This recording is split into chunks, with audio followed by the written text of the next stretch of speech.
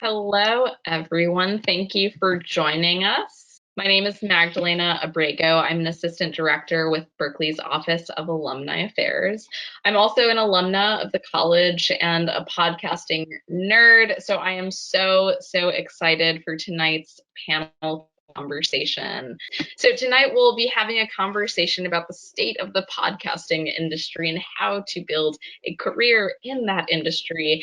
Without further ado, I want to introduce the panelists. I encourage all of the attendees here to review the panelist bios that we included on the Eventbrite registration page. But now what I'll do is ask each of you to introduce yourself, your pronouns, what you studied at Berkeley and when, and your favorite thing to do while spending more time at home during the pandemic. Again, my name is Magdalena Abrego. I use she, her pronouns. I studied guitar performance at Berkeley, and lately I've been doing a ton of jigsaw puzzles, believe it or not. Highly recommend. Corey, do you want to kick things off? Sure. So my name is Corey Schreppel. I studied at Berkeley 2003 to 6, music production and engineering and drum set. And yeah, pandemic stuff at home. I definitely jumped on to the sourdough trend, which has now turned into like pizza making and other like carb loading, and that's been kind of amazing. The sandwich bread recipe I have is killer, and I make it like twice a week. It's fantastic. And pronouns are he, him. Love it. Nice. You'll have to hit us up with some go-to recipes after tonight's conversation. Next up, let's hear from Alex. Cool. Hi, my name is Alex. My pronouns are he, him. I went to Berkeley 2014 to 2017, and then I did my master's with Berkeley Valencia until 2018.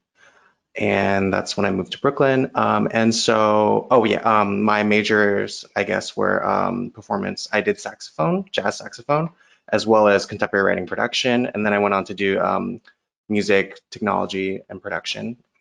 And then some hobbies, I've also been doing cooking. I don't know if anyone's a gamer, but I've been playing a lot of this game called Dead by Daylight, which is like an online horror game. But yeah. Nice. Keeping things light with Death by Daylight. I love it. Let's hear from Martín. Thanks for joining us. Hey, I also am. I went to Berkeley in 2005 and 2006, and I did MPE and Synth. And I'm right now in upstate New York in Hudson, where we have this swag studio. But usually, when it's not a pandemic, I live in Brooklyn. And I have just been trying to have as many hobbies as possible. I got sourdough, I got puzzles. I also am video gaming, but I built like a Nintendo and a Game Boy out of Raspberry Pis. So just like, reading comic books, like really just regressing to a childhood state, basically. Oh, paint by numbers. Yeah, like anything to keep myself occupied. That's amazing. I will probably borrow that description, regressing. Yeah, that's pretty accurate. Just regressing, well, yeah. certainly last but not least, Leah, tell us about yourself. Yeah, hi. Bonjour, I'm Leah Lemm. I'm speaking to you from northern Minnesota, the original homelands of the Dakota and homelands of the Anishinaabe. I use she, her pronouns. I went to Berkeley from 05 to 07, kind of went straight through, studied music production and engineering. And throughout the pandemic, so we've heard about video games, we've heard about food. I've been getting a lot of use out of our air fryer. We got one a few months ago, and it is well used already. And my kid is obsessed with Minecraft, so I have been playing Minecraft as well, and now play by myself, and really enjoy it. So have learned to do quite a few things during the pandemic that I never thought I would get to. Very cool. Awesome. Well, thank you everyone for the brief intros. I want to kick things off with a question for the whole group. In what ways has podcasting, your work in podcasting, been affected by the pandemic? And in what ways has it stayed the same? I'll go because it's really when it first kicked in, we were like, oh my God, the Zoom audio sounds horrible. Oh God. And then like your standards just have to come down a bit. Like we would send tape syncers to people and get like super high quality audio. And at this point, it's like, and then we use every different app, TalkSync and Zencaster and all these different platforms. But ultimately, at the end of the day, a lot of it's like, you know, you're talking to a 70-year-old. It's enough to get them logged into Zoom. You just use the Zoom audio if you can. So definite lowering of the bar there. But then a lot of stuff, the hosts are tracking in their closets with stuff we send them. But everything but the interviews is kind of unchanged. Everyone's working from home, and a lot of stuff happens over Slack and like video chat anyway, and Google Drive. So that stuff is basically unchanged. Yeah, I'll second that. The things that don't change is kind of how you approach the content from an editorial standpoint, and it's still storytelling. It's still whether it's long form narrative or investigative journalism stuff, all of that stuff stays the same. It's mostly the tech. I'll say at the beginning of the pandemic, I was a technical director at Minnesota Public Radio here in the Twin Cities, and finding ways to deploy the right tools and software and the right equipment to a 50 plus person newsroom plus our podcasting division was a huge challenge. But public radio hosts have been recording in hotel rooms with their pillow forts for decades, so that's nothing new. The Zoom stuff, Google Hangouts, using things like Audio Hijack to do split tracking from the host position. Everyone and their mom has a USB mic now, which is just delightful. Because radio stations and other places have heavily invested in IP, in audio over IP infrastructure, rather than more traditional like phone ISDN studio connection infrastructure. So now we can have guests from anywhere, and they've got a decent mic and they have a decent internet connection, and it sounds pretty good. Collaborative workflows with Dropbox, Google Drive, all that stuff was kind of bubbling up in the background anyway, and it just accelerated it, and it's here to stay, and I couldn't be more thankful for it. I can go. Yeah, definitely. I want to echo a lot of the tech stuff. It's just really important to almost just get it recorded and just accept that these are the times we're in. I know I was working on a project for an exhibit, right at the big everybody's staying home time, stay at home orders in Minnesota, and we just kind of embraced it, said, what, Zoom audio, and that'll be kind of like a time capsule for 2020, and we'll just go for it. As far as content goes, yes, story for sure kind of is that consistent thread. Also, as a content creator and host producer, we started up a couple different shows. The main community I serve is a Native community in Minnesota, and we started up a podcast called Bidapi, which means he or she comes laughing. And it was just about maintaining connections among community members when people were asked to stay home. And we also started working on another show, half-an-hour program that I host that is called COVID-19 Community Conversations, just pandemic coverage in Indian country in Minnesota.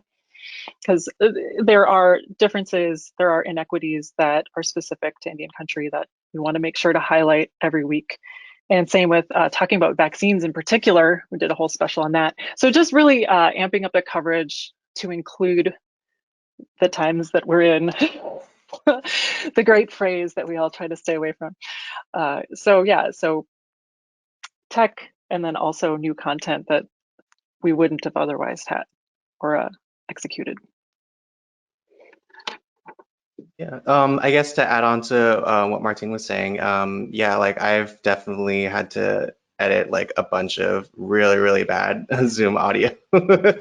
And you know, there's only, I guess, so much you can do about it. But I think, well, I've heard some people say, you know, the pandemic, it definitely sucks, but it's also in some ways a blessing in disguise because, you know, I mean, I not only do podcasting work, but I've done like freelance sound editing work. I do some editing for those, you know, those online virtual orchestras. So those take like a lot of coordination, and you definitely go through a lot of really bad audio. But I mean, at the end of the day, there's like a higher demand for that kind of stuff. So that's been really cool. So yeah. Yeah, super interesting. Super interesting. Well, as I always say, I'm so glad that this pandemic is at least happening in 2020 or 2021 now instead of 1920, 1921, 21 now. It's at least a little bit more pleasant now to have Minecraft and podcast.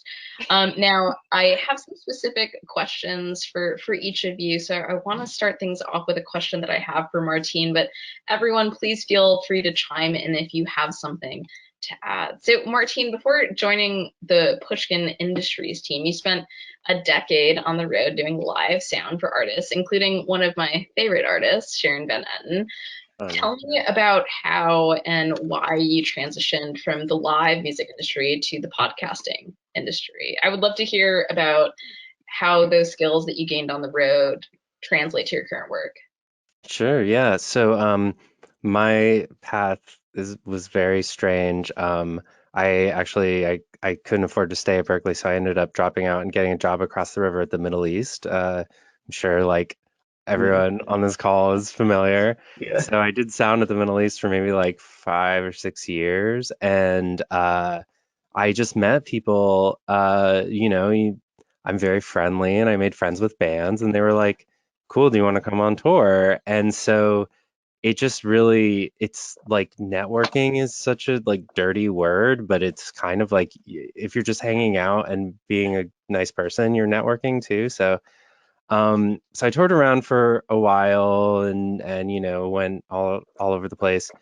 And there was this point where stuff like Radiolab was really starting to take off, and I remember it was like the first iPhone. Someone was like, look, you can listen to This American Life on your phone. I was like, what? I didn't have an iPhone yet. I was like, what is this? So I spent a lot of time in tour vans and stuff like listening to podcasts. And eventually I went, I think I kind of know, I could do this. You know, it's just Pro Tools. Like I know Pro Tools. And I went to the Transom Story Workshop, which is really rad. Like a basically a crash course in audio journalism. It's really overkill if you want to just sound design or audio engineer, but I have done like some producing and interviewing and stuff as well. But it was really cool, and it gave me a crash course in story, in script writing, in script editing, things like that, and it gave me the vocabulary to do this work. And after that, I produced on a music show from Spotify for a little bit, and just a limited series, and then I started working here. And yeah, I think the biggest things that carried over are like being able to improvise and be flexible about stuff. You just have to improvise all the time, and especially now, it's just like, okay, well, here there's a similar amount of winging it. There's a similar amount of like something's going wrong and you got to keep your cool and not flip out and be a team player. Just things like that, yeah. And a lot of artists are very non-technical, and so you're trying to help them with something that's very stressful that they don't understand. And our hosts are very much the same way. There's a very wide variety in terms of like some hosts are pretty tech savvy and they're totally fine with figuring stuff out, and other hosts are even a USB mic is a lot for them. So there's a lot of being like, very patient and trying to make people feel comfortable and not stressed, and in both scenarios, and help them get what they need. Yeah, I love that. One of the things that you said that is going to be something that I repeat to my fellow alumni is being a nice person is also networking. But it sounds simple, but it really does go a long way. Those first impressions can always lead to work later on. Nice. So my next question is for Leah, actually. You work both in radio, reporting for the Minnesota Native News Radio newscast, as well as podcasting as host and producer of Native Lights. Can you tell me more about how radio is similar to podcasting and how it's different from podcasting? Sure. So I got my start in radio. When I grew up, that's all that was allowed to be played in the car was talk radio, and I hated it growing up because I was like, I want to listen to my music. But as I got older, I was like, voice is so great. Like, voice was my instrument at Berkeley, and I just fell in love with voice. And I think, that's kind of a consistent thing between radio and podcasts, along with music. So I think it's pretty interesting because, radio shows, they get double duty by being pushed out to podcasts. And it's like a straightforward process. And then podcasts can also be purposed for radio. So there's kind of a back and forth. I mean, radio, you're going to have a lot stricter rules and time posts and no swears and music and stuff like that. But whereas podcasting is the brave new world of audio. So, I mean, there's so many similarities. In fact, Native Lights started out its first 2 seasons as strictly a podcast. So we had all of those things that I said you can't have on radio, but now it's been picked up by about a dozen stations across Minnesota. And so now we have to have it exactly 28:30 and, bleep out things and, make sure that we're saying everything correctly, all of our funders and stuff like that. So it is pretty, I think there's a very good relationship, between radio and podcasting. They kind of go together pretty easily, I think. Yeah. Yeah, and it seems like a natural extension, right? Sort of a different format, but of a lot of similar content. Nice. Well, I want to go back in time a little bit. This is a question for each of you.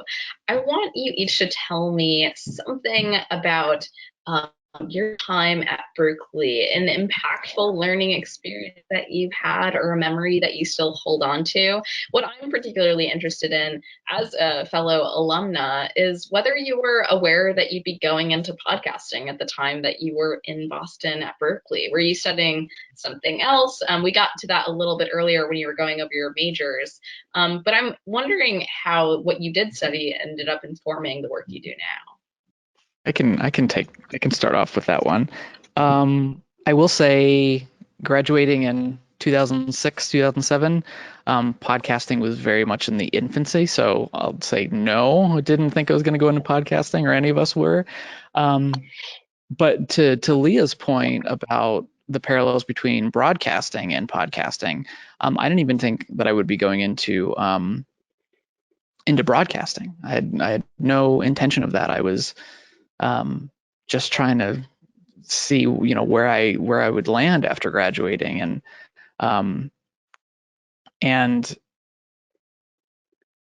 it was, I would say, like I kind of fell into podcasting and broadcasting first, and then by extension podcasting.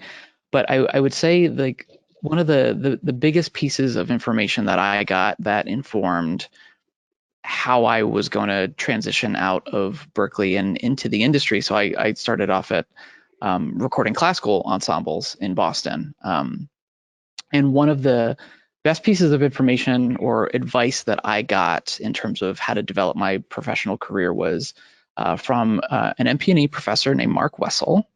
And those who were in MP&E all know and love him. one of the biggest pieces of advice he gave me was don't, and it comes from a place of privilege, and there are a number of things that aren't offered to a lot of people to do this, but it was go live where you want to live and find work and make art and do your thing there, rather than moving somewhere for the work. If you have that opportunity. I was never one of the Berkeley grads that wanted to get on one of the 3 buses to LA, New York, or Nashville. I stayed in Boston, and then I moved to the Twin Cities, and that was just a very that phrase, kind of live where you are happy and find work, and that it turned out okay for me. It doesn't always turn out, but that was kind of a thing that was always sticking in the back of my head the entire time, in terms of shaping the kind of work that I wanted to do, or that I could do. Yeah, can I add on to that, I guess? Please. Yeah, I guess so. I have an interesting background because I originally got into Berkeley thinking I was going to be a jazz musician for the rest of my life. And I think Berkeley was a big pivotal kind of turning point for me, because like it's kind of where I got in, I met all these people. I met like the jazz circles, and I realized I just kind of like, it just wasn't my thing, like I didn't like really fit in. Like I was just this like confused, like naive, like gay kid. And I was just trying to, figure out my life, and that's really, Berkeley was so important to me because that's when I really started to figure out that I really was interested more in like working in the studio, and that's kind of where I found more of my people. And so, yeah, after that, I got really a lot more into like freelance sound work and technology, interned at a few studios, and so yeah, that's kind of how I got to where I am today. And I got into podcasts uh, kind of a little more DIY because like when I moved to New York, I decided to start my own, with my roommate. And that kind of opened the door to meeting a lot more other podcasters and kind of like getting immersed in this really, really cool community. I think one of the really cool things about podcasting itself is just like the accessibility of it, like it's so like obviously you can scale it up and make it really professional and high quality sounding, but also like there's a lot of people who don't really know how to use like sound gear, and they can just make podcasts and just have their voices heard, and I think I mean I think that's a really cool thing, especially with social media, these platforms like Anchor and stuff like that. It just makes it so easy to like have your voice heard and get your message across, especially if you're trying to do a certain type of work. Like the podcast that we were doing was a podcast focused on like featuring queer artists in Brooklyn and New York, and just interviewing them and like kind of analyzing, how does their queer identity translate through their art. So that's just kind of how I fell in love with podcasting. It's just like the whole accessibility part of it and the whole community aspect of it. I would say in terms of takeaway from Berkeley, there's like I have the most like basic thing is that like Pro Tools, people who are journalists are so stressed out by Pro Tools.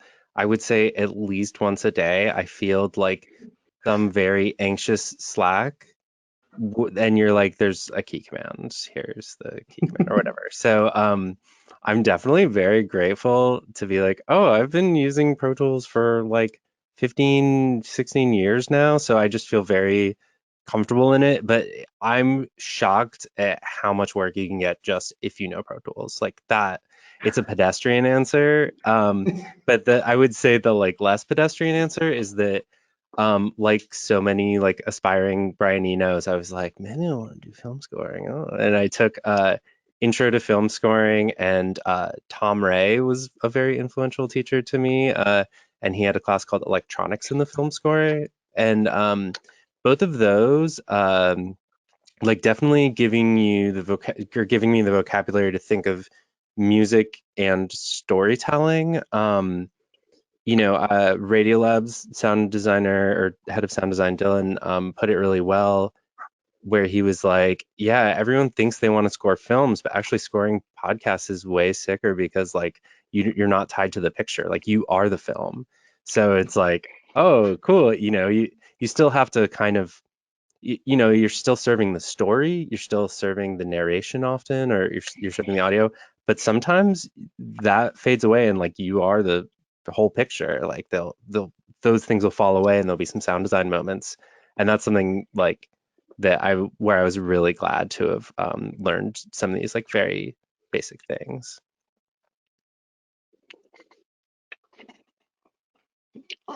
That's great. I do a bit of consulting with organizations that like want to start a podcast, that maybe have never done anything like that. And they're like, how about Pro Tools? And I'm like, no, maybe like Hindenburg or something that's like, woo, really easy to get on really quickly. But yeah, I have like three big takeaways. I'll keep them very brief. But yeah, treating like an audio story or a podcast as like a composition, thinking of that arc in a show, kind of similar to music, I would say is a big one. Also, um, being methodical in troubleshooting, I think has been incredibly helpful, especially in radio, but carries over into podcasting. Just, you don't want to waste time on tech issues or even scripting or whatever. Like, how can we get to the issue kind of as quickly as possible? Let's get to the core and then work our way out.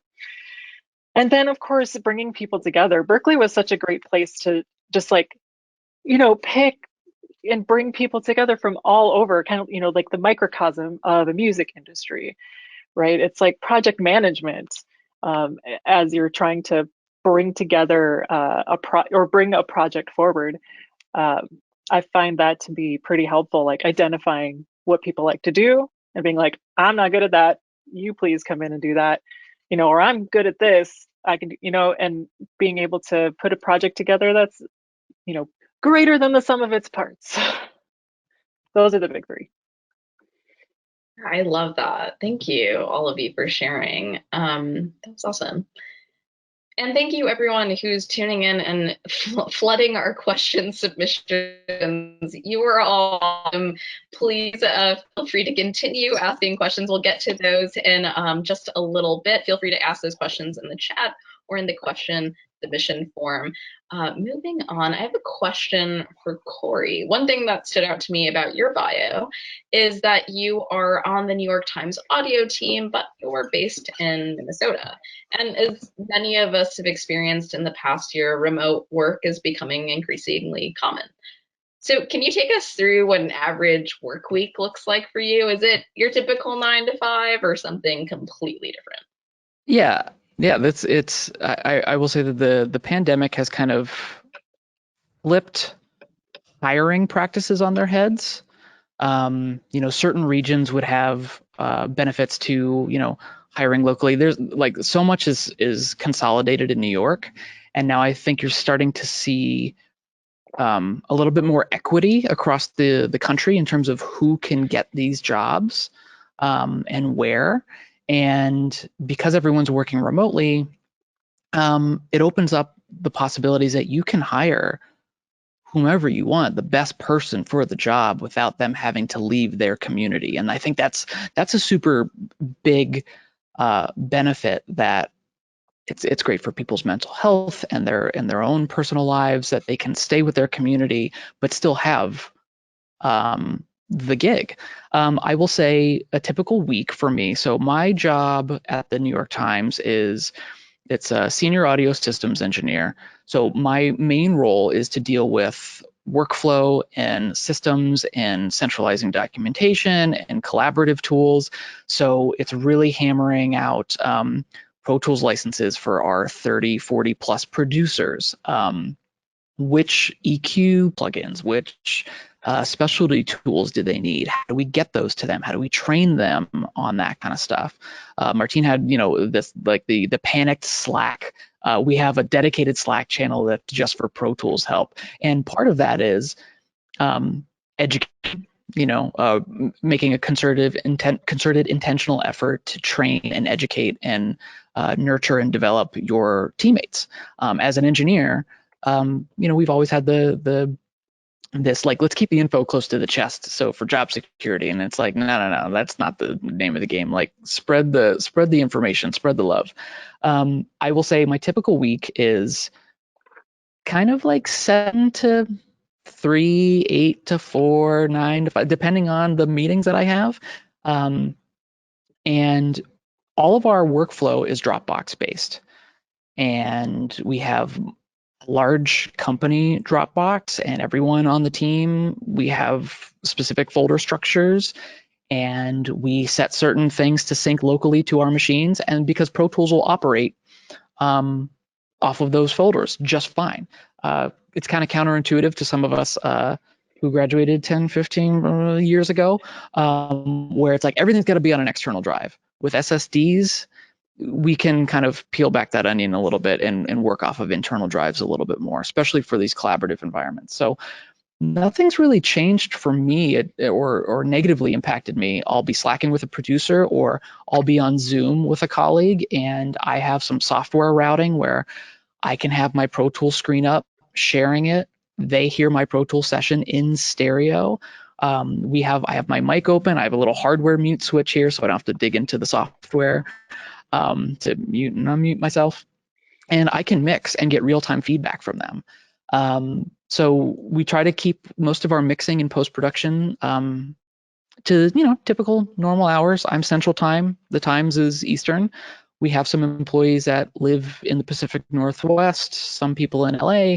We have a little contingent in London. So there's a bunch of time zone stuff that we have to take into consideration. The Daily, the kind of one of the biggest podcasts in the country, we produce that from 9 a.m. till about midnight every single day. It's a pretty long shift for our journalists and our reporters and our producers. And our host, Michael Barbaro, who's at home, they're going through the entire editorial process every day. I'm supporting them through that. And they deliver a Pro Tools session to our mix engineer who lives in London. He gets to mix it overnight during his day, and then he publishes the episode. He is out on leave right now, so the rest of us are kind of doing an overnight rotation. So I mixed the Daily all of last week, and I'll be doing it not next week, but in 2 weeks again. And that means a 1:30 a.m. wake up call, start mixing at 2 a.m. I have to be done and published by 5 a.m. Central Time, and then be available for any editorial corrections and changes. So to answer the question, it hasn't really changed much. And it's still a fairly 9 to 5-ish job with some occasional evenings and early mornings. And the remote flexibility for me, there's a lot of really interesting technology out there now that COVID has accelerated. Audio over IP, remote control over IP and VPN. I can control consoles at our New York office through a browser. I can talk down the line to a host in New York in a DC office in San Francisco, and we were doing a lot of this at Minnesota Public Radio too before I left. It's really decentralized a lot of stuff, and it's really opened up the door to kind of break down some of those walls that remote workers would have.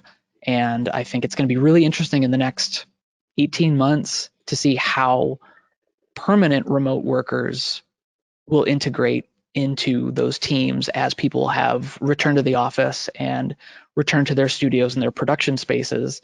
How do we incorporate the remote workers now that everyone has been able to empathize with remote workers from the pre-pandemic time? So I'm really excited for it. And I really like working at home because I have my rig and my desk and my setup and my monitors and my control surface, and it's nobody else's. It's just mine.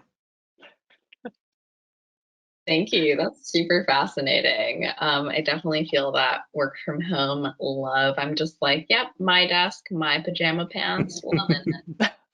Awesome. Thank you so much. So Alex, I have a question for you. In addition to your freelance work and your role as assistant music editor at Light Child Studios, you also host and produce your own interview style show called Curated, which, as you mentioned, explores the nuances of queer identity through the perspective of local New Yorkers. I'm wondering if you can speak to how you grew your audience. And this is a sort of a shout out to everyone who's bringing in their questions. A lot of the questions we're getting are about how you do exactly that. How do you grow your audience? How did you first start your listenership for your show Curated? For sure, yeah. I think, yeah, I mean, as I said before, like I think I come from a really like DIY perspective when it comes to podcasting. But yeah, originally we started Curated because me and my roommate, we had just moved to New York. You know, we didn't know anyone. We were just these artists that were trying to like, you know, do projects and like do cool things.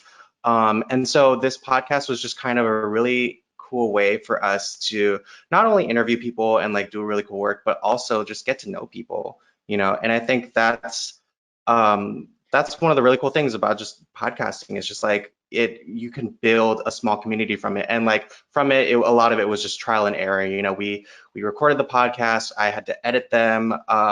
We also did all the social media. Social media was a big aspect as well. You know, designing graphics and making sure we corresponded with people correctly. So it was just all a very DIY process. But you know, we learned a lot from it, and we made a lot of really cool connections. Like we met like visual artists, we met like drag kings in New York. Like it was just such a cool experience to just meet someone new every week and just sit down with them and just talk to them, you know, and also have that kind of connection of shared queer identity or shared queer experience, you know. So yeah, I think for anyone that is like thinking about starting a podcast, I think just do it. You know, it's like that's the great thing about podcasting. That's the great thing about a lot of these upcoming content platforms. It's just like you can just do it, and you can fail. It might be successful, but either way, you know, like you're still just as long as you jump into it, you'll make a lot of cool connections. You'll have a lot of really cool experiences, and yeah, at the end of the day, you'll be better for it. So yeah. Awesome. I love that. Well, I want to make sure that we give plenty of time to our audience members who are all asking questions. Thank you, everyone. Again, to everyone who's tuning in, feel free to add your questions to the chat or to the question submission form. I want to start digging into some of these. I love this first one that we received. Outside of your own work, and everyone feel free to answer, feel free to jump in if you feel like answering this one or any of these. Outside of your own work, what podcasts do you listen to regularly? I mean, Corey mentioned The Daily, so I have to mention The Daily because I love The Daily. It's just so well done. Like it's unlike so many other podcasts because it really like takes you into the story, you know, like they'll have like on-site recordings. Like I'm not gonna like geek out too much, but like it's so immersive, you know, it's such a well done piece of storytelling. I'll take the bait off of that one. Thank you. It's all a testament to the producers. They are like the engineers. Like we mix it and it's great. We have a great time, but that's all the producers who are putting in ridiculous hours to make that happen. So it's all on them. I listen to nothing that is narrative storytelling, anything that sounds like what I'm doing. I don't listen to it outside of the office. I might to like get some ideas. I listen to like soccer podcasts and like, you know, stuff that is just like, you know, a bunch of people sitting around talking about some ridiculous match that just happened or like some obscure trade rules for players. And I'm just like, you know what? That's exactly what I need. Or I listen to music. It's a palate cleansing thing. When I was engineering classical music all the time, I was listening to like more talk podcasts. It's flip it. I have people literally talking at me for 8 hours a day. That's the last thing I need in my free time is more people talking at me, unless it's totally different than what they're normally talking at me about.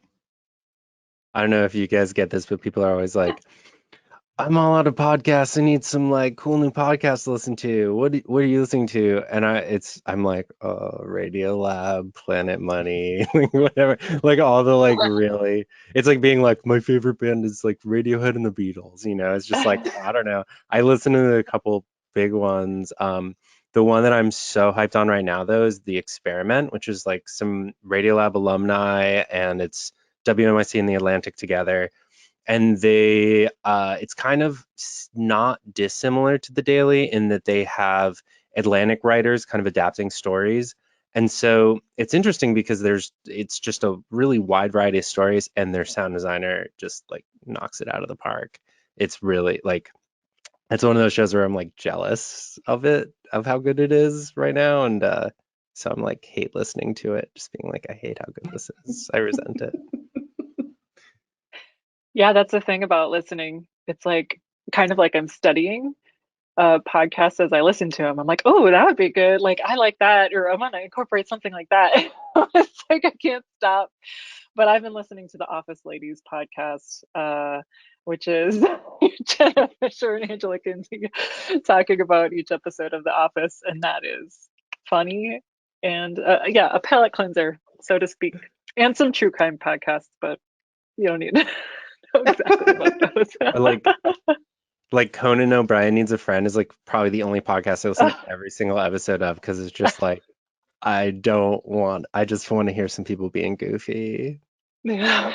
Oh, I love all of that. Like just a quick shout out though, like for your local public radio station, it's like a podcast that you don't have to curate.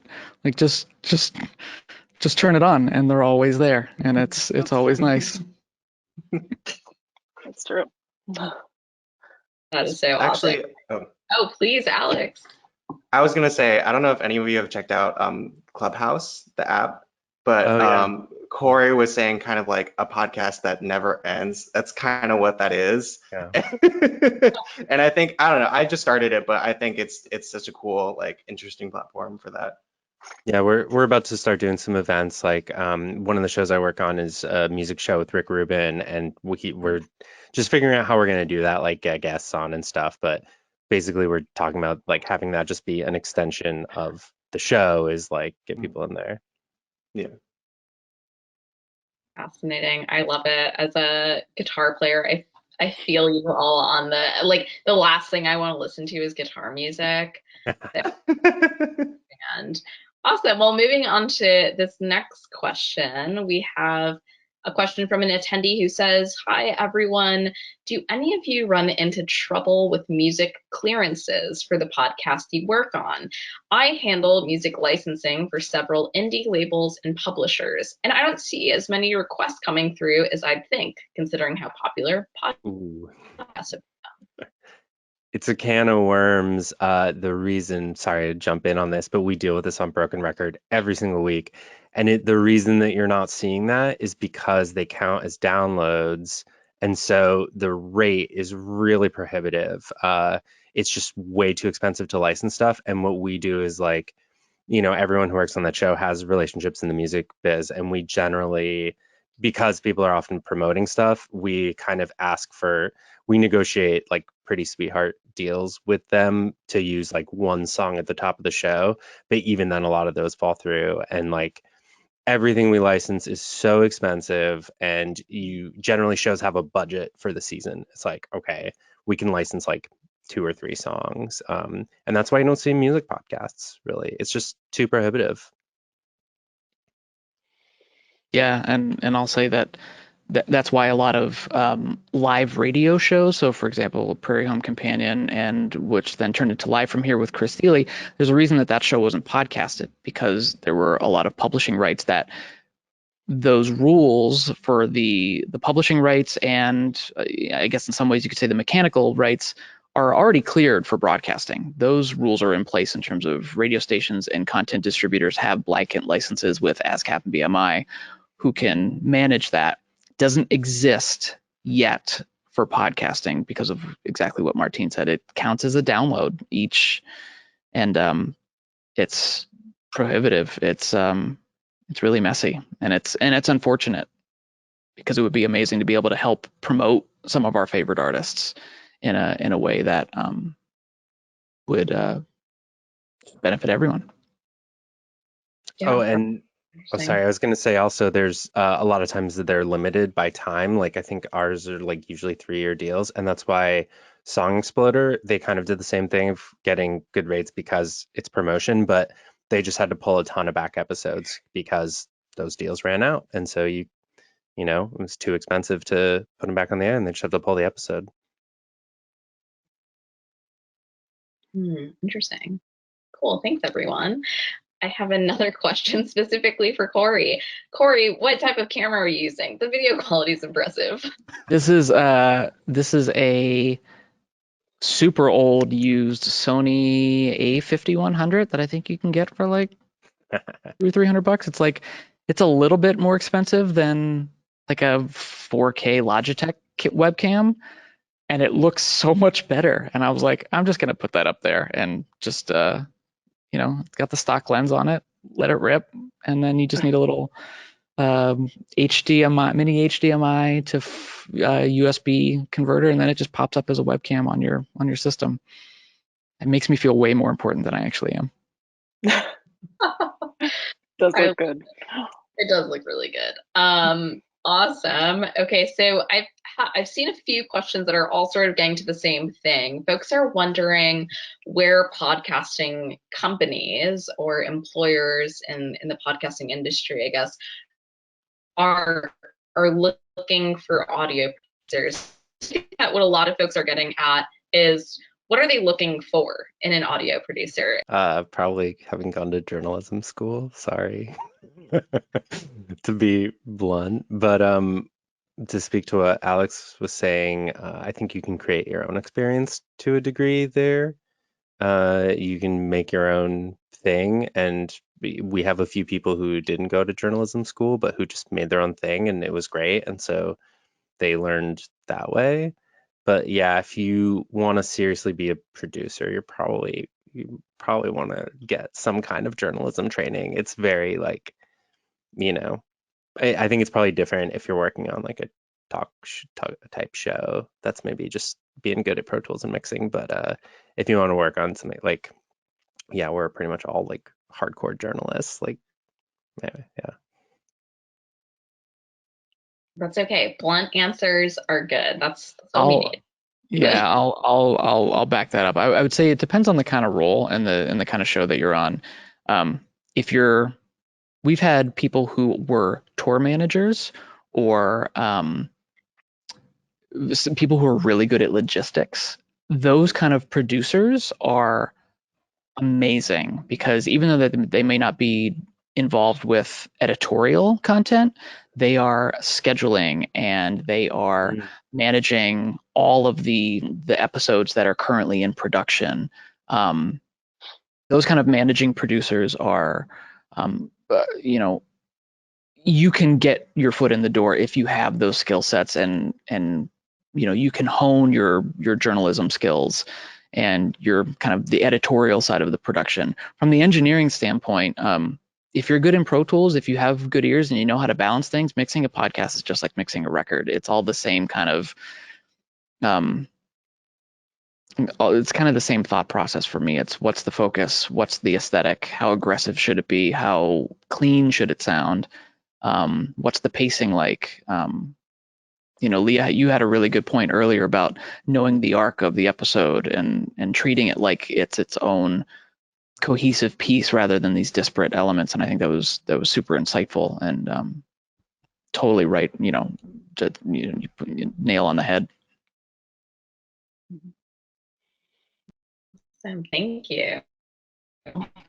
We have another question coming through. What is your most recommended podcast hosting service? I'm starting a podcast I'm hoping to monetize in the future. My website is on Squarespace, which can host an RSS feed, but is that enough or should I look into other services? I've used a couple of different platforms. I would say the one I really love is Anchor. just because I know there are some platforms out there that that will like charge you to use it, and I think that's such a ripoff. And Anchor is just great because like it just has so many tools. It's free. It also has a built-in uh, section just for advertising where you can just kind of they bring in like prompts for something like, oh, this company wants to advertise for this and this, and then you just you record like a 30-second thing for it, and then it just automatically gets added on like into like the tail end or the beginning of each of your episodes. So yeah, I think if you want like a great free option, I think Anchor is a really cool one. Awesome, thank you. Another question here.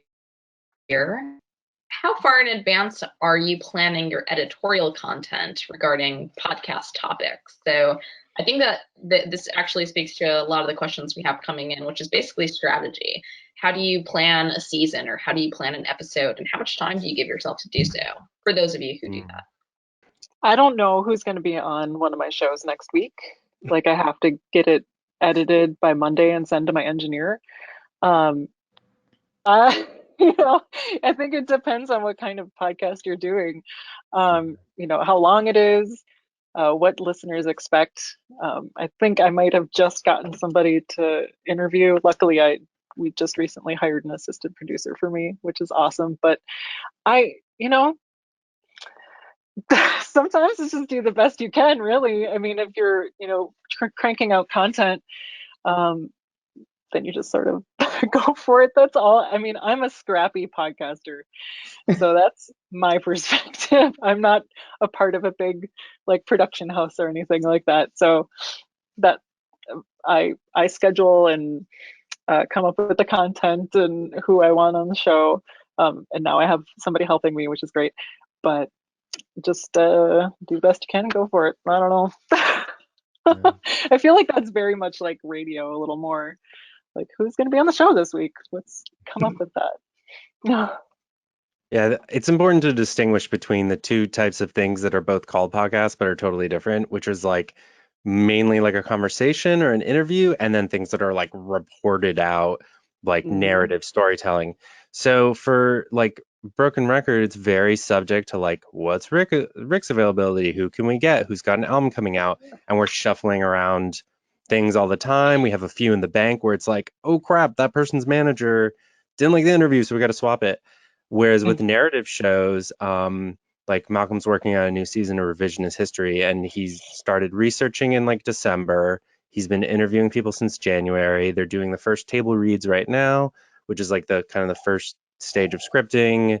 He's going to be tracking voiceover and doing mixing all throughout May and June, and it'll come out in like I think the first episode's like the last week of June and the first week of July. So like 6 months to a year for a season of a like heavily reported show like that is like pretty common. And then for shows that are just two people talking, yeah, like Leah said, it's like sometimes you're tracking the interview on Monday and it's out, like you uploaded by the end of the day, Tuesday or whatever, or same day in the case of Corey. Yeah, I'll say from working in multiple large organizations, you know, you do have, it depends on the genre. If it's a talking head podcast, you have your guests lined up for the next couple of weeks. You talk to them about the thing, you edit it, you cut it down, rinse and repeat. Some of like the long form investigative journalism stuff, I'll get our team of producers set up. Like, so I worked on In the Dark, get them set up, sent them on their way, and I didn't hear from them for 18 months. And then they came back with a couple terabytes of data and said, okay, now we have to shape it. And we spent 6 months to a year shaping it, and then 6 months in post-production.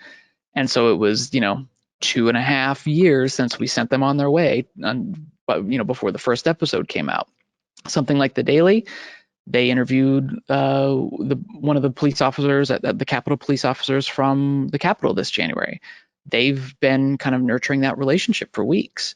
But then there might be a bill that passes, and we'll get a senator on, and we drop everything and we talk to that senator.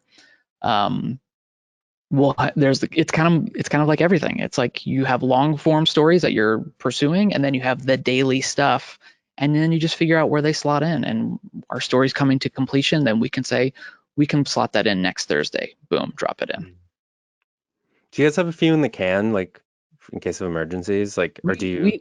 We usually have multiple plans. If we have a really ambitious thing, we've got a quick turnaround option that we can produce ready to, pretty quickly. We also produce the daily for radio, and we have what are called evergreens that if we can't get that content out, the radio stations can air one of those evergreen episodes. Yeah. As someone who's an independent podcaster and who's worked with a lot of independent people, that in the can method is definitely very used, especially for interview podcasts. It's just because people have jobs, people do stuff outside of podcasting. So I think when we were doing our podcast, we had like 2 or 3 lined up ready to go if we needed to. But it's also a risky game because it's like if you're doing something about like culture or like something that's like really up to date, that has to be up to date.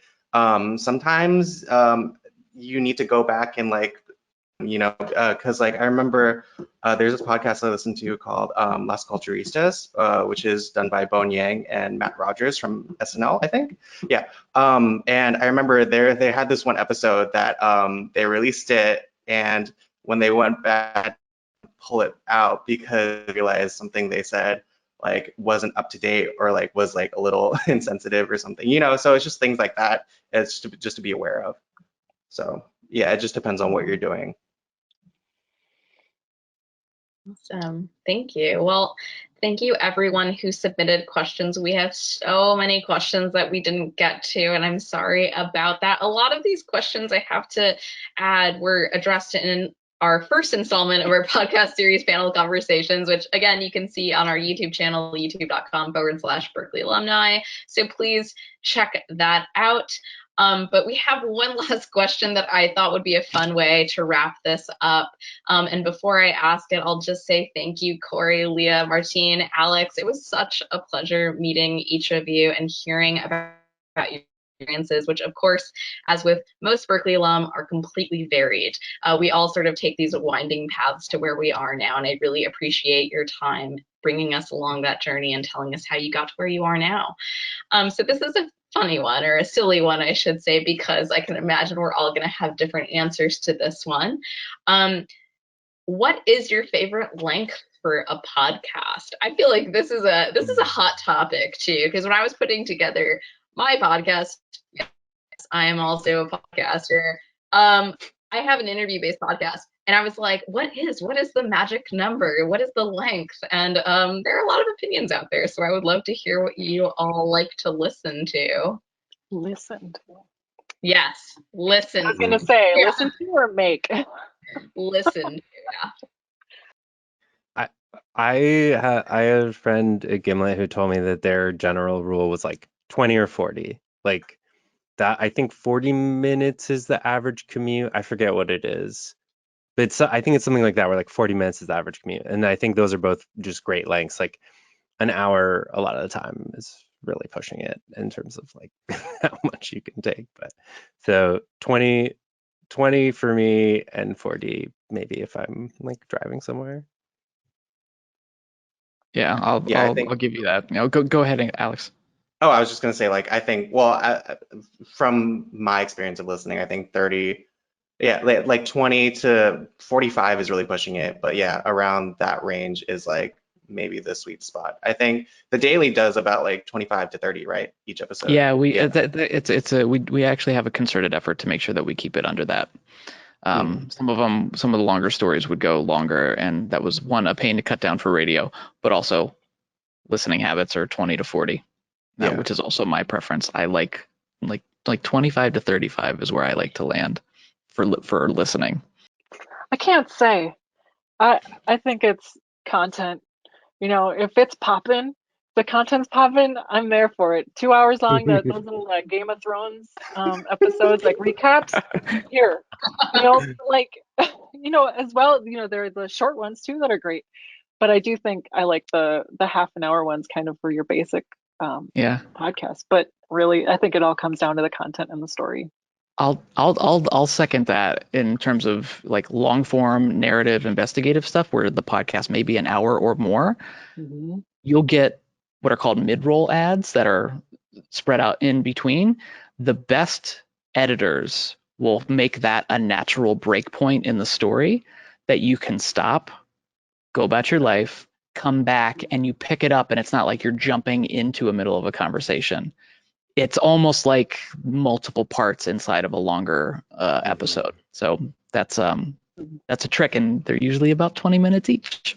Hey. Yeah, that we use that exact convention even in the virtual session. There'll be markers, and it'll be like Act 1, Act 2, Act 3, and that's where the one takeaway I would say is like study story structure, any storytelling, screenwriting books, any like book on story, because like acts they're invisible, but they're there if you're listening to something narrative.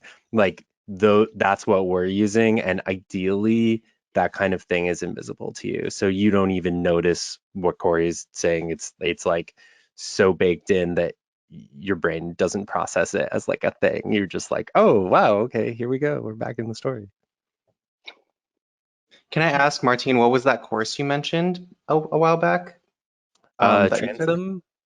Yeah. Oh yeah, so it's the Transom Story Workshop. It's a workshop on Cape Cod. It was like a 9-week residential program, which is obviously suspended now. And like Right. Eric Glass came and guest taught for a weekend and edited our stories and helped us do it. And we got stories on the WCAI, the local like NPR affiliate. And so it's that was like a very intense audio journalism crash course. But the website transom.org has so many resources. Like you could just go deep on there, and like when I did my application, I just read like every article and taught myself how to make a audio journalism short piece from what I learned on there. And it's a really great way to DIY. And I especially recommend, they have the Radio Lab people on sound design, and there's some of This American Life people talking about scoring. So that's transom.org. It's just like the most amazing resource, and it's a true like gift to the community. So you can learn a lot from there. That's awesome. I'll definitely check it out. Oh my God. Yeah, it's tight.